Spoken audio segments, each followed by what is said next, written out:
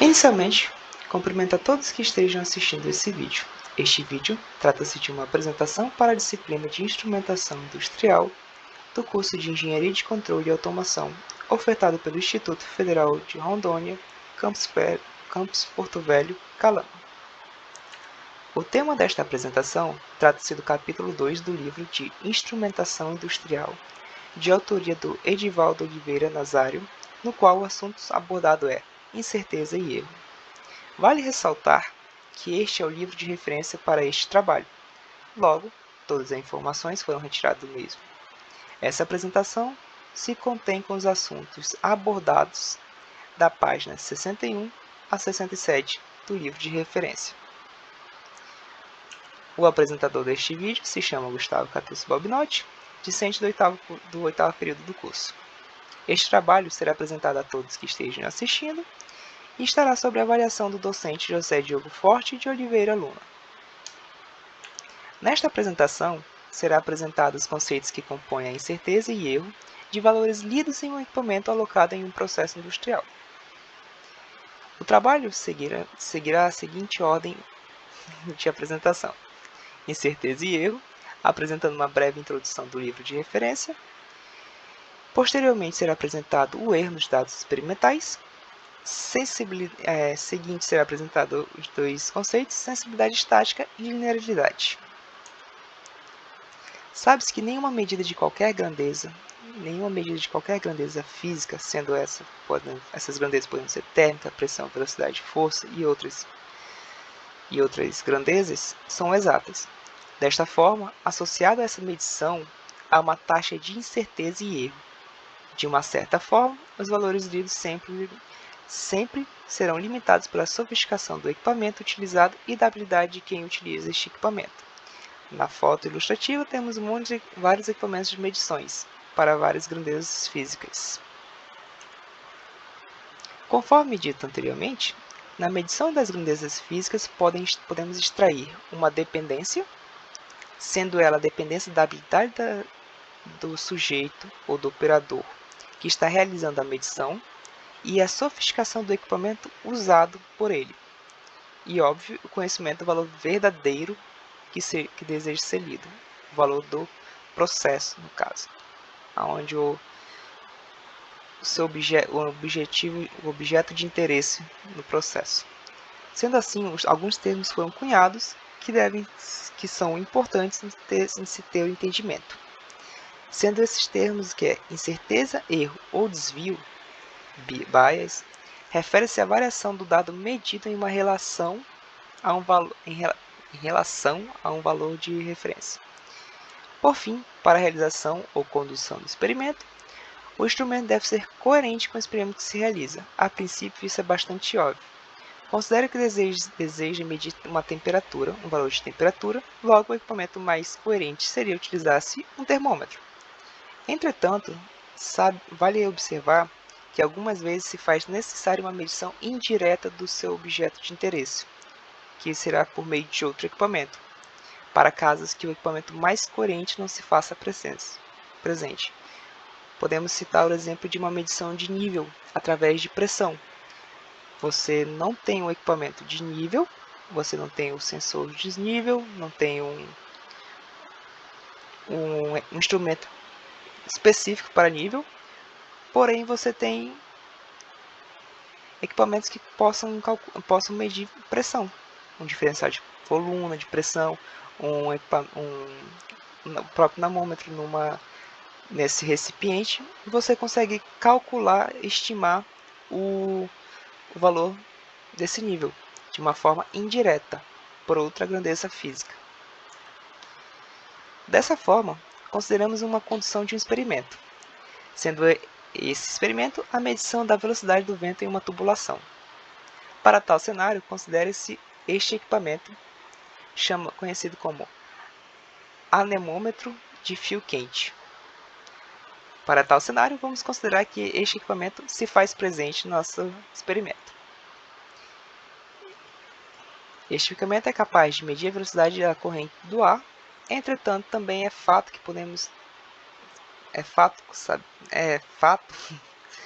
que existem vários modelos de anemômetros com vários diâmetros de fio. Sendo assim, vamos considerar inicialmente, para esse experimento, utilizar um anemômetro com fio de 0,1 mm de diâmetro, com uma faixa de leitura captável na velocidade de 0 a 10 metros por segundo, e considere que a variação da velocidade do ar foi variada em 1 metro por segundo. Dessa forma, consideramos que descobrimos um outro anemômetro no estoque, com fio de 10 micrômetros.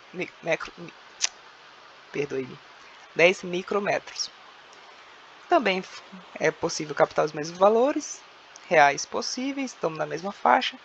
Entretanto, por algum motivo, a gente quer variar agora a entrada em 0,1 metro por segundo. Quais desses são mais propensos a perceber essas pequenas flutuações na entrada? Considerando esse cenário de comparação, o candidato mais passivo de perceber é o anemômetro de 10 micrômetros. Será capaz de perceber essa variaçãozinha, devido à sua construção física e com os princípios básicos do fenômeno. Por quê? Isso ocorre porque a eletrônica do equipamento é mais sofisticada e aqui a inércia do calor no fio será menor do que no fio de 0,1 milímetro. De 0,1 milímetro. Ele tem uma inércia térmica menor por causa do efeito Joule, que é toda a parte da medição, do aspecto construtivo, aspecto fenomenológico da medição, e ele será capaz de perceber isso. Um outro exemplo que a gente pode citar é o exemplo do circuito que foi discutido em aula, no qual recebe um sinal de frequência e traduz em um sinal de tensão. Imagine o primeiro caso com um multímetro amarelo, geralmente associado a um baixo orçamento, e que a frequência varie em 10 Hz. A frequência de entrada está variando em 10 Hz. Neste contexto, o multímetro seria capaz de perceber a variação, mas por algum motivo eu comecei a variar em 5 Hz. A entrada. Talvez este multímetro não vai ter uma diferença na lida entre 10 e 15, considerando este exemplo. Agora, mudando o multímetro, pegando um multímetro mais sofisticado, no caso na foto o multímetro azul, ele por sua vez já pode conseguir identificar uma variação na tensão com uma variação na frequência. Por quê? Isso ocorre dos seus aspectos construtivos, do material que foi utilizado, da eletrônica que foi utilizada para construir esse equipamento. Algumas vezes, até mesmo com dois equipamentos da mesma marca, mesmo padrão, eles têm valores diferentes, eles leem um valor diferente. Algumas vezes é por causa da conservação que se deu de um equipamento foi mais bem guardado do que o foi mais conservado, guardado em ambientes melhores do que o outro. Isso afeta a leitura. Neste exemplo, a gente pode também citar que pode ser a qualidade das ponteiras de prova, onde a qualidade do ponteiro do multímetro azul ele é uma qualidade maior, é um fio que é mais condutivo, ele consegue captar maiores variações na tensão. Não tem uma queda de tensão no fio, como poderia ser no multímetro amarelo. Vale ressaltar que este exemplo foi usado com liberdade dos aspectos construtivos do circuito de conversão. O foco deste exemplo é sobre as medições com instrumentos comparados, pois, caso este exemplo fosse usado com todas as premissas, deveriam ser considerados também os aspectos construtivos dos componentes físicos do circuito, as faixas de tolerância de cada equipamento, as quedas de tensões que eles são sujeitos, a temperatura ambiente, entre outros aspectos que também resultariam em valores diferentes. Em linhas gerais, para uma realização de um experimento deve-se realizar uma definição de valores experimentais. Estes valores devem ser considerados deve ser considerado como uma faixa dos valores efetivos, onde esses valores efetivos, variações, serão captadas pelo seu equipamento de medição. Sendo assim, estes dados devem compor uma sequência aleatória, devendo manter-se um controle estatístico sobre eles. E por fim, admitindo que um processo de medida qualquer esteja em condições de controle estatísticos satisfatório, o procedimento tem uma forma simples de se suceder. Normalmente varia-se em incrementos crescentes e decrescentes com o valor de entrada. Ou seja, no máximo o valor de entrada será repetido 2 vezes, uma crescendo e outra decrescendo. Neste sentido, discute-se agora o motivo destes experimentos. Muitas vezes estes experimentos são utilizados no processo de calibração de um equipamento. Este processo, que por sua vez tem alguns interesses. Um desses sendo esses interesses decompor o erro global associado no processo de medidas em 2 partes. O desvio, a bias e a incerteza. Sendo que o desvio também pode ser chamado de erro sistemático, devido que para cada leitura ele sempre será o mesmo valor. Para o erro devido à incerteza, denomina-se o erro aleatório ou não repetibilidade, devido a este erro ser volátil em cada leitura. Por fim, a calibração é o processo para corrigir o desvio em uma leitura e a incerteza ser definida numericamente. Para corrigir-se o erro de desvio em uma leitura e a incerteza ser quantificada numericamente, os cálculos que o autor apresenta estão para frente, com outros alunos irão apresentar, e para a leitura do desvio, a gente denomina desvio padrão, é quanto padronicamente, ou quanto de padrão, toda leitura terá um desvio, e a incerteza é definida através do desvio padrão também, mas esses cálculos serão apresentados posteriormente. Sendo assim, apresenta-se os resultados dos ensaios da calibração de um manômetro, e é possível perceber que existem os erros em relação à entrada com um valor conhecido, onde se insere um valor de entrada, neste caso de 1. Se você, quando foi ensaiado subindo, ele deu 0,21, e quando teve ensaio de regresso de 10 a 0, teve um valor de 0,42. Os valores de desvio serão apresentados lá na frente e será explicado como calcula-se e perceba-se essas variações por meios matemáticos. E também esse ensaio de calibração a gente percebe outros componentes que serão outros conceitos que serão explicados na frente também. Justamente esse fenômeno de na ida dá um valor e na volta dá outro valor. Sendo assim, conforme os ensaios de calibração, é possível se obter uma curva de entrada e saída do equipamento, onde a inclinação desta curva é denominada de sensibilidade estática. Entretanto, essa sensibilidade estática pode variar conforme alguns pontos de operação, caso a curva de entrada e saída não for reta. Nessas duas figuras temos a do manômetro linear que a gente demonstrou recentemente. Então ela é basicamente uma reta, então ela tem uma sensibilidade estática. Porém, para este equipamento que mede pressão também, em uma determinada pressão maior que 12 unidades de pressão, ela começa a ter um desvio maior. Então nesse ponto de operação a sensibilidade é diferente do que aqui. Nesta aqui ela é de fato mais estática. Neste ponto aqui ela seria mais estática. E aqui ela seria mais flexível no caso, usando bem de forma a simplificar a fala. Não é que nesse ponto aqui a sensibilidade não seria tão fixa quanto nesse ponto de operação, ou seja, podemos considerar que temos duas sensibilidades, uma para valores menores que 8 e uma para valores para maior que 12. Não sei se confundiu tentando explicar de uma outra forma, mas perdoe qualquer coisa.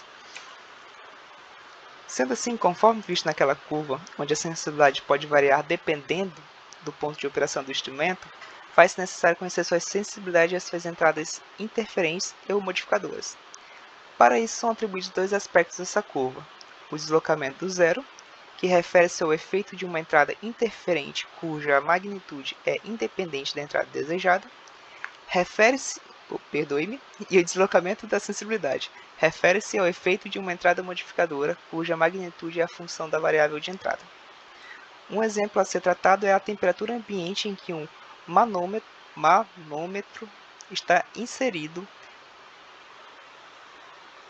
Essa temperatura ambiente pode ser uma entrada modificadora e interferente. Como assim? Se essa temperatura ocasionar uma dilatação ou uma contração dos componentes, haverá uma variação da pressão, mesmo se a pressão de entrada for mantida constante. Então você terá um deslocamento do zero, já que a entrada se manteve constante, independente da entrada. Portanto, se a temperatura alterar o módulo de elasticidade da mola do manômetro, o que afetará a sua sensibilidade à pressão, esta temperatura será considerada uma entrada modificadora, que ela terá o deslocamento da sensibilidade do equipamento. O equipamento ficará mais sensível às variações de pressão devido à temperatura ambiente.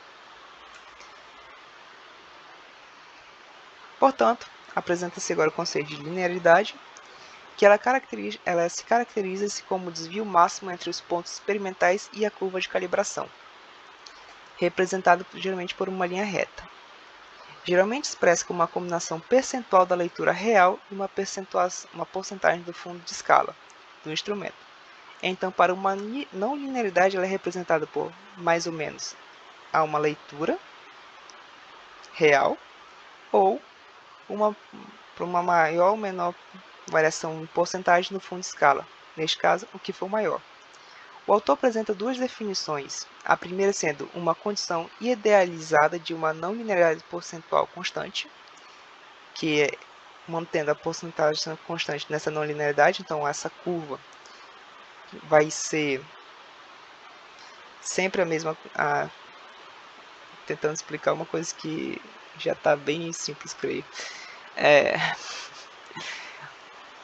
A porcentagem de variação não vai mudar, então de certa forma existirá uma linearidade lá dentro. E a segunda definição sendo uma impossibilidade prática de se testar desvios muito pequenos próximo ao zero da escala do instrumento, ou seja, você não conseguirá ter uma variação no equipamento, então você não conseguirá medir. Você pode até conseguir mudar a entrada, mas o seu equipamento não vai ler, então você não vai ter essa definição bem forte, essa visão. Então você tem essa impossibilidade. E por fim, eu também ressalto que o equipamento de calibração os equipamentos de calibrações devem ser cerca de 10 vezes mais exato do que o instrumento que está sendo calibrado. Por fim, gostaria de agradecer a todos pela atenção ao assistir esse vídeo. Meus sinceros agradecimentos. Muito obrigado.